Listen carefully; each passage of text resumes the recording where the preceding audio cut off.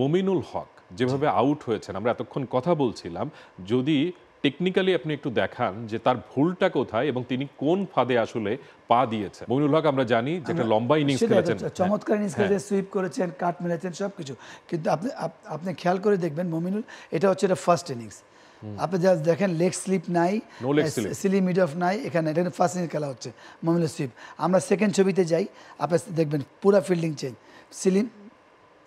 Seely mid on, দেখেন leg slip, silly mid on, দেখা যাচ্ছে না, সিলি মিড অফ, সব কিছু। এইটাই হচ্ছে ইনস্ট্যান্ট অ্যাডজাস্টমেন্ট। যখন মমিনুল দেখলেন, কেন ওরা জানে যে মমিনুলের শট খেলবেনি, ওরা কিন্তু প্রতিটা বল কিন্তু আশ্বিন লেগ এন্ড মিডল করেছে, তাকে অ্যালাউ করেছে সুইপ খেলার জন্য, ফলোড বাই লেগ স্পিন। মানে প্রথম ইনিংসে একটা সিলি মিড অফ ছিল, এই ইনিংসে সিলি মিড অফ নাই কিন্তু লেগ স্লিপ রয়েছে। লেগ স্লিপ না, ইভেন সিলি মিড অন রয়েছে, হ্যাঁ সিলি মিড অন ছিল, লেগ স্লিপ রাখেনি। তো ওই একটা জায়গায় করে প্ল্যান করেছে, ওইটাই তখন মমিনুলের, এটা হচ্ছে স্মার্ট ক্রিকেট। আমি এই শটটা অ্যাটলিস্ট এখন খেলবো না, সকালে সেট হওয়ার পর, সকালে ওরা প্ল্যান করেছে, সকালে ভেরি মাচ সাকসেস। তো ওইটাই দেখছেন, মানে এটাই হচ্ছে যে উইদিন ব্যাটসম্যানের ক্ষেত্রে, মানে উইদিন সেকেন্ড অফ ডিসিশনে বোলার কী চাচ্ছে, ওকে আমি এটা করতে দিব না।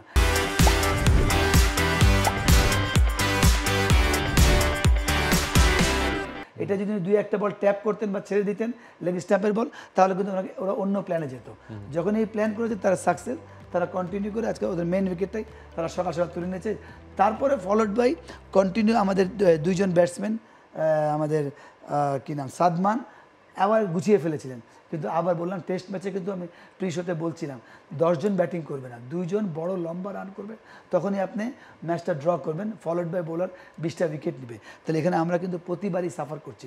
মমিনুল এর আগে একটা ইনিংস খেলেছে, অনেকগুলো 100 করেছেন, কিন্তু বড় 100 করেননি, একটা বাদে একটা 180 করেছিলেন। তখন এই টাইপের অপরচুনিটি, সেম বড় 50 মারেননি। আজকে সাদমান 76 বা 78 করতেন বা এরকম, তাহলে কিন্তু আমরা ম্যাচটা অন্যভাবে হতে পারতো। সেম শান্ত সেট হয়ে আউট, কারণ আমরা সবসময় বলি টেস্ট ম্যাচ বা যে কোনো ম্যাচে সেট হয়ে আউট হওয়া মানে ক্রাইম করা।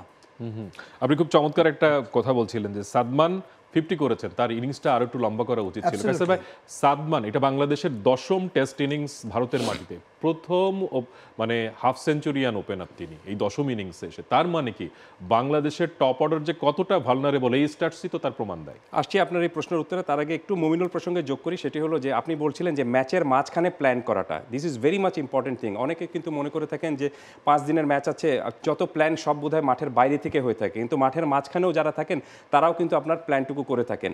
আপনি এই ম্যাচের জন্য আমার মনে হয় যে আমরা টিপি নামে একটা শব্দ আগে শুনতাম, যে টিপি টার্গেট প্লেয়ার।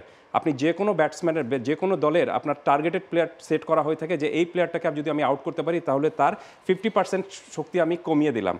তো ভারত খুব ভালোভাবে অ্যানালাইসিস করেছে যে প্রথম ইনিংসে বাংলাদেশের মমিনুল হক সেঞ্চুরি করেছিলেন, বাংলাদেশ মাত্র 233 রানে অল আউট হয়ে গিয়েছে, কিন্তু মমিনুল হক পুরো আপনার ইনিংস জুড়ে খেলেছেন, 107 রানে অপরাজিত ছিলেন। That means he is the best batsman যে এই পরিস্থিতি সামাল দিতে পারে। তাহলে তাকে আউট করতে হলে আমার কী করতে হবে, তার দুর্বলতা বের করতে হবে।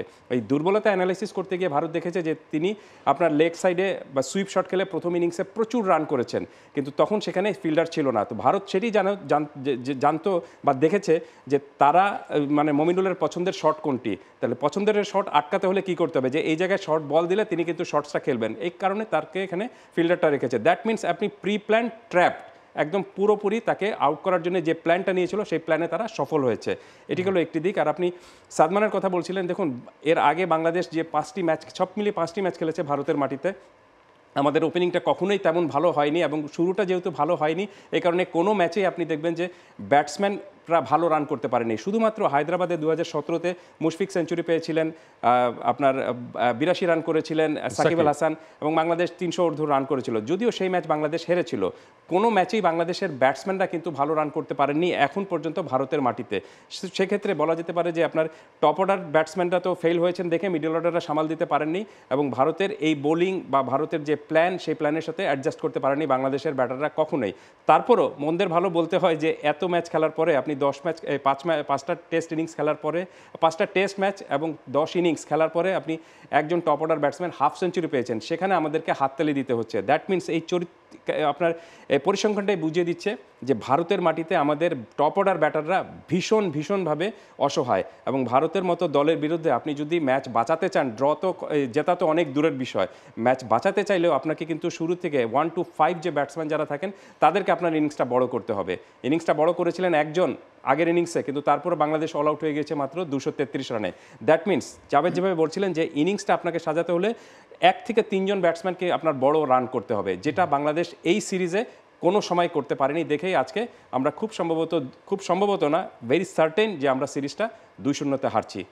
এবং পাকিস্তান সিরিজে যে টপ অর্ডার খুব সফল ছিল তাও কিন্তু না, সেখানেও ব্যর্থতা ছিল, কিন্তু ইন্ডিয়ার মাটিতে এসে মানে মিডল এবং লেট মিডলরা তারাও কিন্তু সেই অর্থে সাপোর্টটা দিতে পারেনি। For more updates, subscribe to our YouTube channel and click on the bell icon. Follow us on Facebook and Instagram. Download T-Sports app to enjoy exciting games and highlights. Visit tsports.com.